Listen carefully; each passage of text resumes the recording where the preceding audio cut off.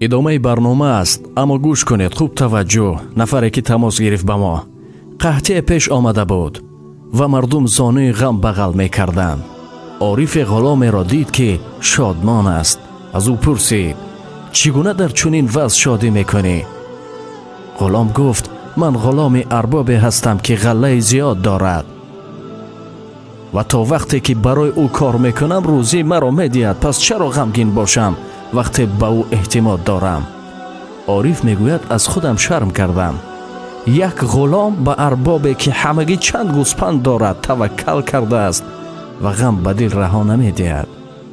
و من خدای دارم که مالک تمام دنیا است، اما نگهرانی روزی خود هستم. غم روزی مخور به دل، مزن افراخ دفتر را که پیش از طفل خالق پر کند پستان مادر را.